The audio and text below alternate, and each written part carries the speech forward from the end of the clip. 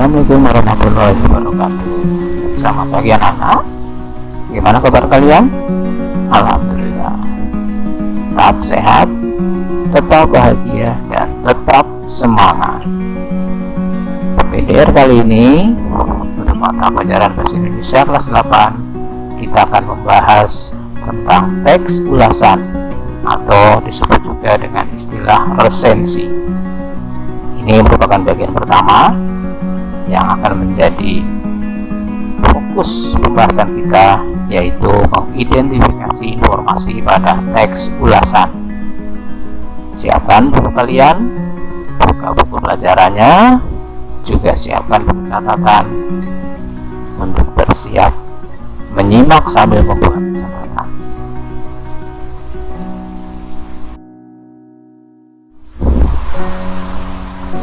Pada bagian mengidentifikasi informasi pada teks ulasan, sekalian capai atau kompetensi dasar yang harus dikuasai, yaitu mengidentifikasi informasi pada teks ulasan tentang kualitas karya yang dibaca atau diperdengarkan.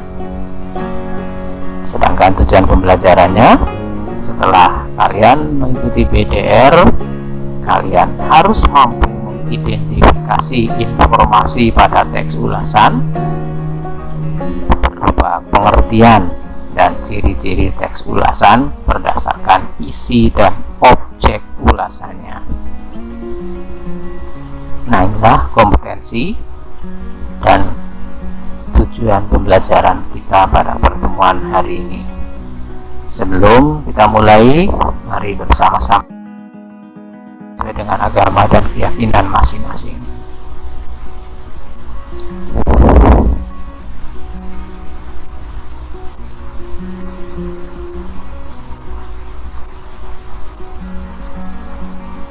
Amin.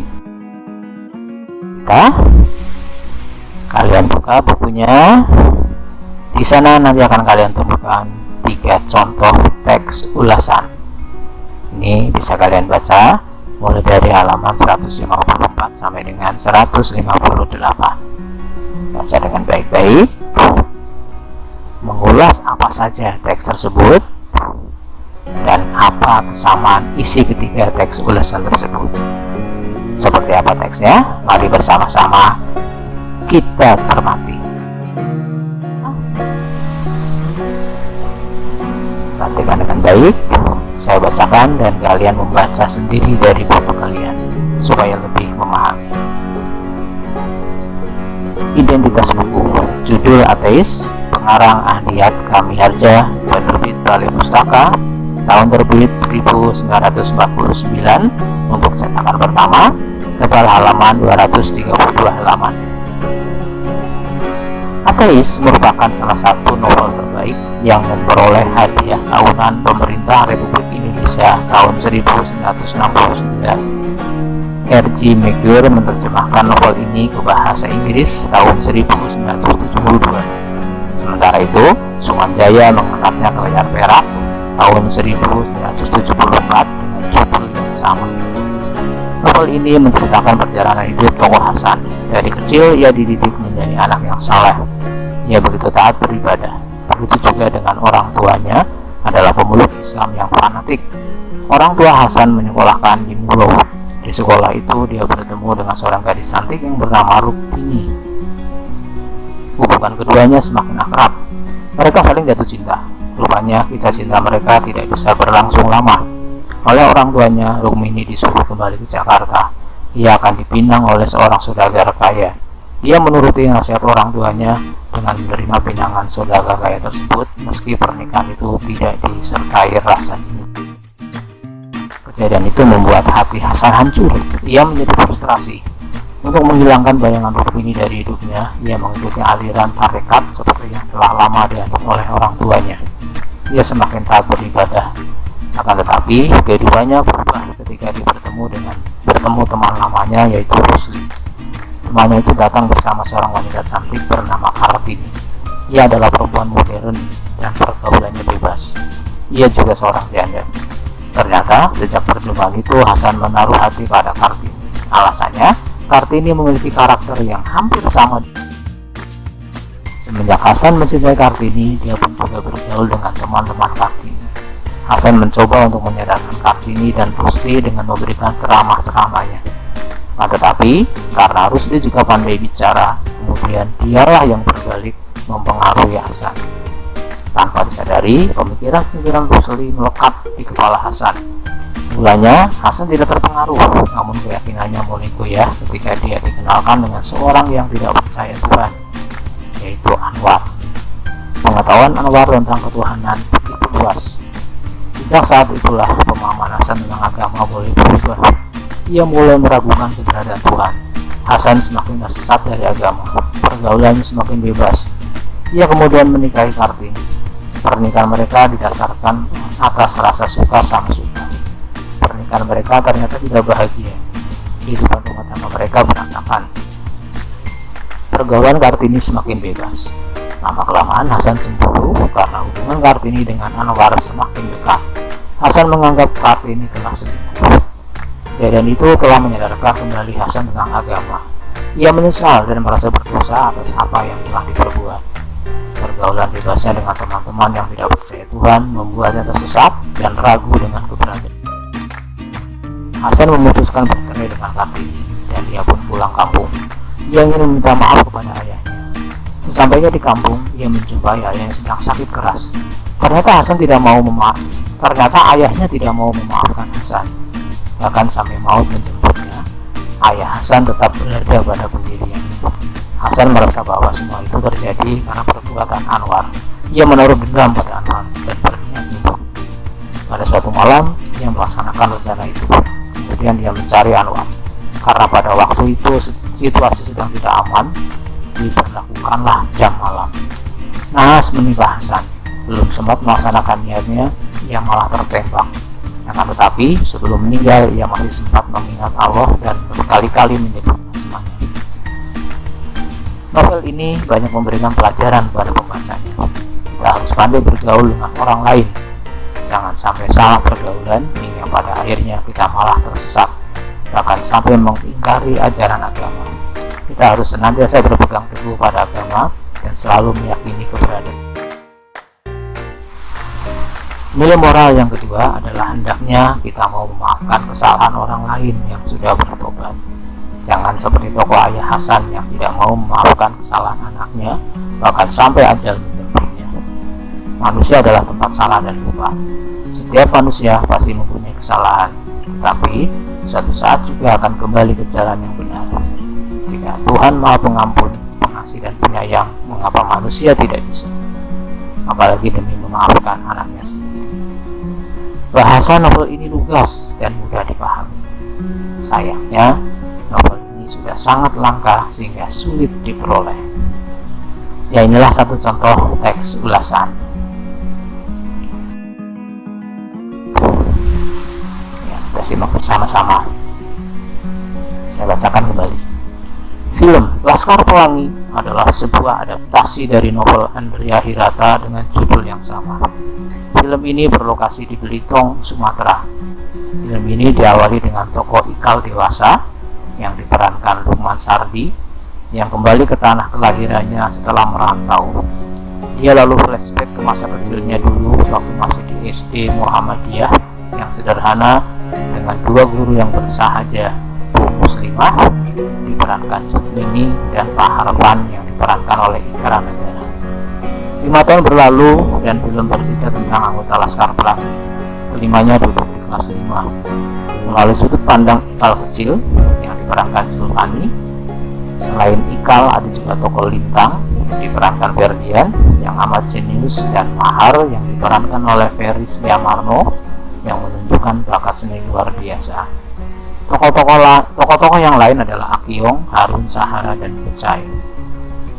Keputusan penting sutradara Riza dan produser Mira Lesmana yang memilih anak-anak asli Belitung sebagai pemain ternyata sangat tepat. Mereka bisa mendalami karakter masing-masing walaupun tidak punya pengalaman akting sama sekali sebelumnya. Memang Riri dan Mira terkenal akan kemampuannya mengorbitkan bakat-bakat baru seperti yang terjadi pada Rachel Martin. Zulfani dan Ferdian menunjukkan penampilan yang luar biasa sebagai orang baru dalam dunia akting tanpa pengalaman. Kepolosan mereka terasa sangat natural, berbeda dengan bintang-bintang cilik lain yang sering mondar-mandir di layar televisi. Anda pasti tanpa sadar tersenyum saat menyaksikan kisah cinta Ikal dengan seorang gadis Tionghoa yang ditemuinya di pasar, menunjukkan betapa naturalnya penampilan. Inti dari film ini secara emosional sebenarnya lintang. Penonton langsung jatuh cinta sejak kemunculan pertama Ikal di layar. Sebagai anak termiskin dari sebuah komunitas miskin, gayanya yang terengah-engah menginjak sepeda yang terlalu besar umurnya adalah sebuah sken tak terlupakan. Sementara itu, aktor veteran Ikra Negara memberikan penampilan memukau sebagai Pak Harwan. Ia sukses membawakan karakter guru senior yang bersemangat, baik hati dan sanggup mengambil hati anak-anak asuh. Skenarionya agak berbeda dibanding cerita di novel dengan penambahan beberapa karakter guru yang tidak dituliskan oleh Andi. Ini sebuah hal yang wajar, tentu saja. Memang ini film lawas, keluaran 2008. Tetapi tidak ada ruginya menonton Laskar Pelangi berkali-kali, karena film ini memang beda dan berani melawan arus utama seniman Indonesia. Inilah contohnya. Inilah teks ulasan yang ketiga. Sensual itu adalah kata yang tepat untuk menggambarkan nyawa musik yang dibawa oleh band asal Malang ini. Band tersebut hadir kembali meramaikan kancah musik lokal. Atlesta mengusung nuansa percampuran musik pop, R&B dengan jazz dalam 12 lagu Sultan Ivan Krista dan kawan-kawan ini. Album kedua berjudul Sensation dimulai dengan lagu berjudul Aroma. Lirik yang singkat dengan sayup-sayup vokal perempuan membiarkan pendengarnya berimajinasi dalam track pemanasan ini. Tak cukup sampai di situ, lagu kedua berjudul Paris Weekend juga membawa pada imajinasi seolah-olah berada dalam perjalanan panjang menuju ke suasana romantis bersama musik bernuansa jazz 80-an. Dalam lagu kedua ini sekilas melemparkan ingatan kita pada musik yang diusung oleh grup band Earth, Wind and Fire. Melompat ke lagu selanjutnya adalah Oh You.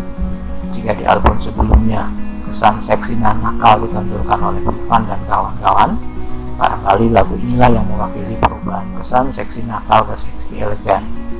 Hal itu terlihat dari pemilihan diksi yang jauh lebih halus tanpa meninggalkan kesan seksi. Oh You, Just Feel the Night, Alright, Just Turn Me Right, Oh You, Turn Off Like Anybody Alright, Take It All to Say, melodinya catchy.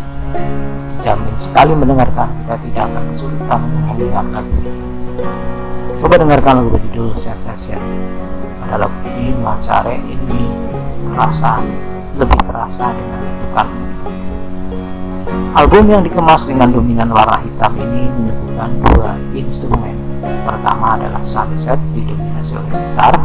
Nuansa itu sekilas terdengar ala King of Convenience ini.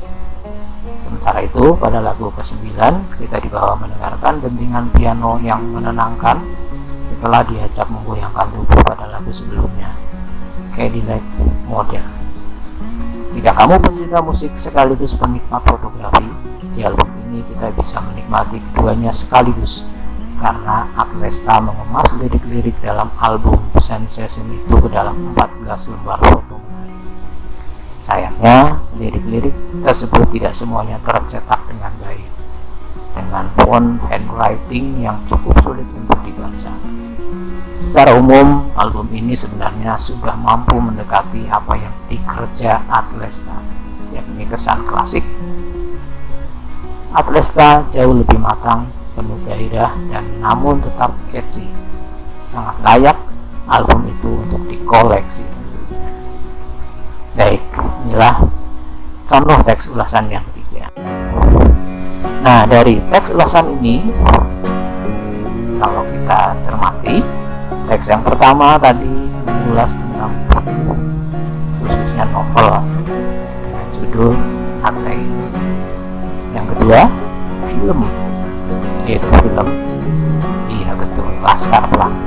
Dan yang ketiga, mengulas album. Ya, walaupun yang diulas berbeda, tapi ada kesamaannya. Apa kesamaan yang terdapat di dalam ketiga teks tersebut? Nah, yang pertama,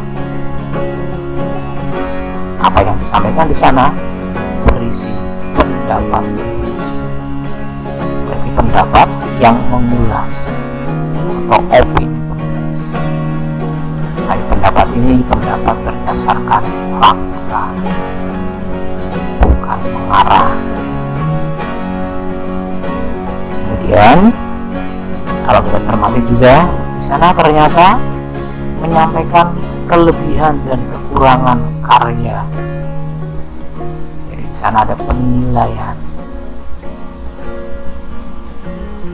Teks yang pertama tadi disampaikan kelebihan dan kekurangan novel dengan judul ateis. Yang kedua, kelebihan dan kekurangan yang ada pada film Laskar Pelangi. Dan yang ketiga, album lagu Atlesta. Selain itu, masing-masing memuat ringkasan isi atau sinopsis.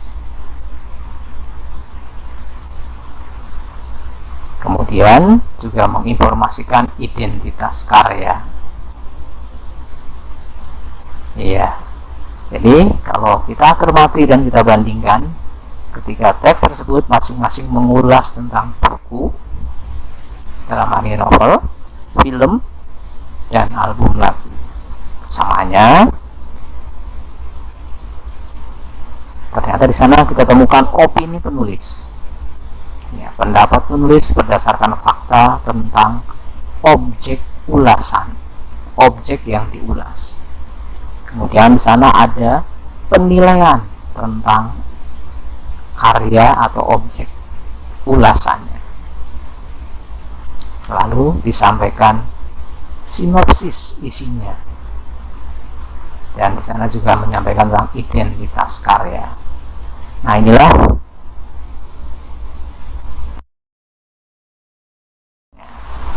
berdasarkan model teks ulasan, ya, berdasarkan model yang tadi, jadi bisa kita tarik sebuah simpulan bahwa ciri-ciri teks ulasan antara lain. Nah, sambil dibuat catatan ya. Ciri-ciri teks ulasan. Yang pertama, bahwa teks ulasan memuat pendapat, memuat opini penulis berdasarkan fakta-fakta. Jadi misalnya tadi tentang film Laskar Pelangi, fakta-faktanya begini. Nah, dari dasar fakta tersebut penulis membuat sebuah pendapat. Yang kedua, di sana akan kita temukan penilaian. Nah, jadi kalau faktanya seperti ini, kelebihan karya tersebut apa dan kekurangan atau kelemahannya apa. Inilah ciri yang bisa kita identifikasi di dalam sebuah teks ulasan. Jadi sekali lagi, teks ulasan akan selalu memuat pendapat penulis, opini penulis berdasarkan fakta-fakta. Jadi berdasarkan fakta-fakta yang ada di dalam karya atau objek ulasannya. Di sana pasti kita temukan penilaian. Penilaiannya ada dua sisi, yaitu kelebihan, ya, kelebihan atau keistimewaannya, dan sisi yang kedua, kekurangan atau kelemahan yang kita temukan di dalam karya tersebut. Nah, dari ciri yang kita identifikasi, maka bisa kita simpulkan bahwa yang dinamakan teks ulasan adalah teks yang mengulas kelebihan dan kekurangan sebuah karya. Ya, itulah teks ulasan. Jadi teks ulasan itu apa? Teks ulasan adalah teks yang mengulas kelebihan dan kekurangan sebuah karya. Ciri-cirinya, di sana akan kita temukan sebuah pendapat dari penulis ulasan, bukan penulis karya. Lalu di sana akan kita temukan kelebihan dan kekurangan karya tersebut apa. Jadi berupa penilaiannya. Ya, bisa dipahami tentang teks ulasan? Bagaimana kalau di sana tidak memuat pendapat penulis berdasarkan fakta, tidak memuat penilaian karya? Ya, berarti itu bukan teks ulasan. Ya. Baik, teks yang tadi ini mengulas buku, dalam hal ini adalah novel dengan judul Ateis. Mana yang memuat identitas atau identifikasi karya? Itu judul, pengarang, penerbit, tahun terbit, tebal halaman, termasuk paragraf pertama. Mana yang memuat ringkasan atau sinopsis ceritanya? Ya, lihat paragraf kedua. Dan mana bagian yang memuat kelebihan dan kekurangan? Ya, di sini novel ini banyak memberikan pelajaran kepada pembacanya dan seterusnya. Ini jelas menyampaikan kelebihan dari segi isi cerita. Yang mana lagi? Nilai moral yang kedua adalah, nah ini masih kelebihan dari segi isi ceritanya. Berikutnya, bahasa novel ini lugas dan mudah dipahami. Nah ini kelebihan dari sisi cara menyampaikan cerita. Mana kekurangannya? Ya, sayangnya novel ini sudah sangat langka sehingga sulit diperoleh. Nah inilah kekurangan. Jadi jelas di sini teks ini memuat tentang pendapat penulis, penilaian penulis tentang kelebihan dan kekurangan novel yang berjudul Ateis. Kalau ini, ya ini jelas mengulas tentang film Laskar Pelangi. Di sini juga disampaikan kelebihan dan kekurangannya.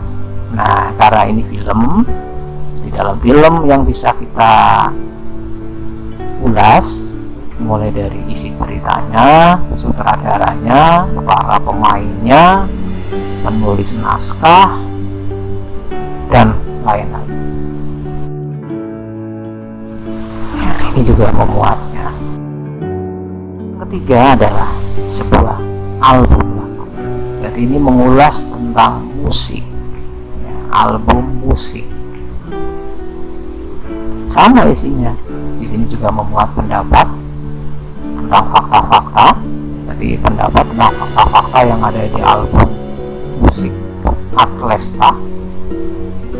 Kemudian diulas, diberi penilaian kelebihannya apa dan kekurangannya apa. Ya, itulah yang kita dapatkan di dalam teks ulasan.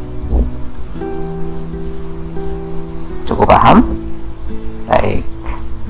Nanti karena ini ada di buku, silahkan dibaca ulang sehingga benar-benar bisa memahami apa itu teks ulasan. Sekali lagi, teks ulasan adalah teks yang berisi ulasan kelebihan dan kekurangan sebuah karya.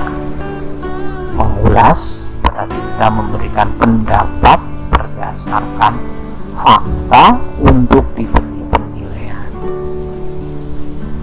Maka di dalam teks ulasan kita pasti akan menemukan pendapat kita sebagai pengulas tentang objek ulasan, kemudian penilaiannya, kelebihannya apa, kekurangannya apa, dan tentu saja semuanya itu didasari oleh isi karya. Baik, itulah tentang pengertian dan cirinya.